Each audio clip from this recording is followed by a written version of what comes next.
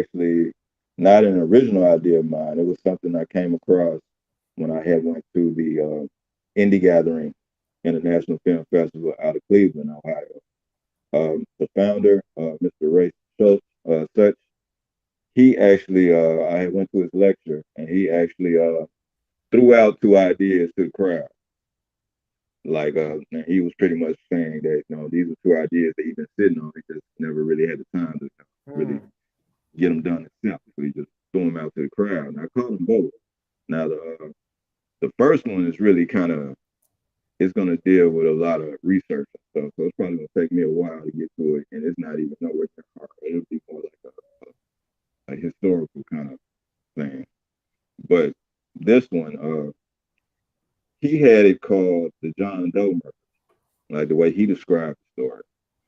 So when I got the idea and heard him say it, and I went with it, and I gave it a spin in my head, I came up with the John and Jane Doe murder because of how, in the end, it's male and female. It's not just John, like indicating guys, but it's men and women. So I called it John and Jane Doe murder. So I figured that would make better title and really give sense to what's going on in the story. Um, all right. So in terms of the trilogy, the trilogy is based off one story, and that's why it's called what it is. The first story is actually called The Cipher Completed, and that was initially because it was going to be a one and done. Like I didn't mean for it to be a trilogy. And I remember as I was finishing the story, this echo came in my ear saying, you're gonna have to write a sequel. You're gonna have to write a sequel. And I didn't want to hear it because I didn't like the idea of writing a sequel. But as I get closer and closer to the end, I had a sigh. So I was like, Mm. man, I'm gonna have to write a sequel. So so you have the cipher completed, and with the second story, it's called the broken cipher. And the reason I called it that is because of the events that happened in the first story. Everything's out of whack. So the way the first story ended, it caused a ripple effect. So now everything's broken. Everything's out of whack. So that's why it's called the broken cipher.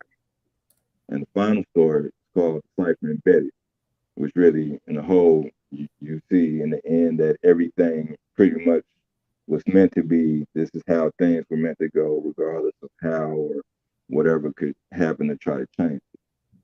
So that's the point of it. It's one big cycle of events that's happened through the course of mankind. It's um it's a real deep science fiction or sci fantasy action. Uh, my main influence is pretty much Star Wars meets The Matrix. Nice. But the main influence, like the main thing that made me come up with the story, was actually the animated movie Ninja Scroll, Oh. because that's where I got the idea to form the villains. Like in Ninja Scroll, you have the nine demons of Kimon. So from that, and like I love that, by the way. Like that's like next to Transformers movie and G.I. Joe the movie, that's my favorite animated Mm. movie of all time. So Nice. it's like and like I wanted to do a live action anime. So that's what influenced me to write the trilogy as a whole. I wanted to do a live action. So Nice.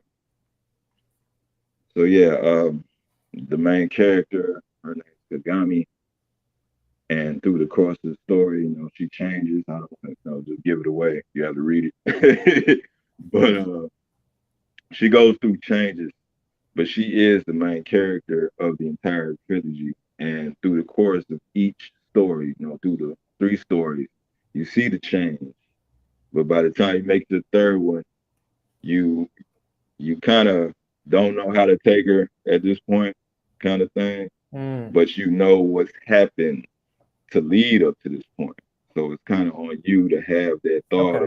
of what you think about her or whatnot. But the story itself is intense and it deals with mankind versus pretty much like alien alien race that wants to take over Mm. the world. It's been pretty much infiltrating the world and slowly waiting for its time, and over the course of time, all these events have happened, and now everything's happened in their favor. So now it's the point of those who left for mankind to fight and get back, dominion of Earth. So that's pretty much the whole point of the trilogy. Nice. Well, that sounds really awesome. I mean, that sounds like just like a badass, like sink your teeth into it, kind of a movie. I want to know. Appreciate it. So yeah, so you've got those five screenplays, right? And we did talk a little bit about how you've kind of honed in on some of the characters and you've developed your writing style a little bit. I want to know, is there anything that you learned from this process, or any kind of tips or tricks you've taken away from writing so much? That that you can you can look and be inspired by things of the past and stuff that came before, like where we are now. But don't get so caught up where you lose sight of that you're inspired by. Mm, Like you want to be as original as possible. So that's what I totally. shoot for. And at the same time, I'm learning through the course of like dealing with festivals how I noticed there's kind of a tier of festivals and there's kind of a unwritten rule about how you write your scripts. And Mm, if you want to have success, you really have to be at the industry standard level of writing versus just someone that thinks they can write. So okay. it's like, yeah, like I say that. Totally. Well, and I want to know, what are you working on next? Are there any plans to put these screenplays onto the screen, and start filming I these? mean, I've pretty much been, doing on my end, like, submitting. I've Totally. had opportunities. It's been a crapshoot for the most part. Hmm. So on my end, I just write and I try to, submit to the best opportunities possible and to the festivals that really appreciate the work. You know what I'm saying? Like, and that's what Totally. I love about Work Screen. I really want to appreciate y'all. Thank y'all for, all these years since I first came across it. And like y'all switch up all the time. Like I want to say the first one I did was fall, and then it goes from fall to spring. And I think Right. if I'm not mistaken, this year y'all pretty much broken all four seasons down. Exactly. Yeah. We So it's increased to like four. wow, like I've seen. So I appreciate y'all. I'm happy for y'all success. I wish y'all more, continued success. Yeah, I just appreciate submitting to y'all kind of and y'all really appreciate it. And people behind the scenes Absolutely. appreciate the work. So yeah. Well, and I really do appreciate you coming on and talking about the process, because people don't know what it's like to screenwrite. And I Yeah, it's mean, tough, man. Like when if you're like if you're not what I call on the other side of the threshold, if you're not like a real deal professional industry, person day to day, mhm, and you're trying like myself, you're someone fighting to get to their side. It's rough and tough, man. You got to really focus. You got to get laser focused on what you're doing, and when you do submit, don't take those critiques. When you get those, it's rough, it's tough, man, because it hurts and it sucks when it feel like someone really don't appreciate your stuff or someone ain't really ready. You get that feeling right. like they must have not really ready kind of thing.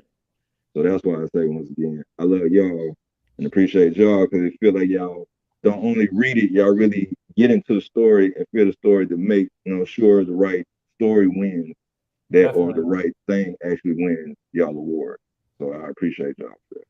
Well, I really like those encouraging words, and you do a lot to support the festival by submitting and doing the interview, and it really just it really helps us out, and I feel like it's my pleasure to give you a platform to talk about your craft a little bit. For sure, for Is sure. there anything else you'd like to add? I mean, you've got a great body of work in this year's festival. Anything you'd like to add? I'm I'm actually outside of horror and the sci-fi action. I'm a sucker for the romantic comedy, Okay. and I just got through finishing what once again wasn't meant to be a trilogy, but Mm, now it's became a trilogy. It's actually a HBCU romantic comedy trilogy. So I've just finished the second one. Actually, last night I'm sitting here trying to proofread it now before I make it official. And I actually started it in another script at the same time. So the script I actually finished before it is actually the first real story I've ever written about for this animated series I came up with back in like the seventh grade. Oh, So snap. I'm actually proud of myself for that.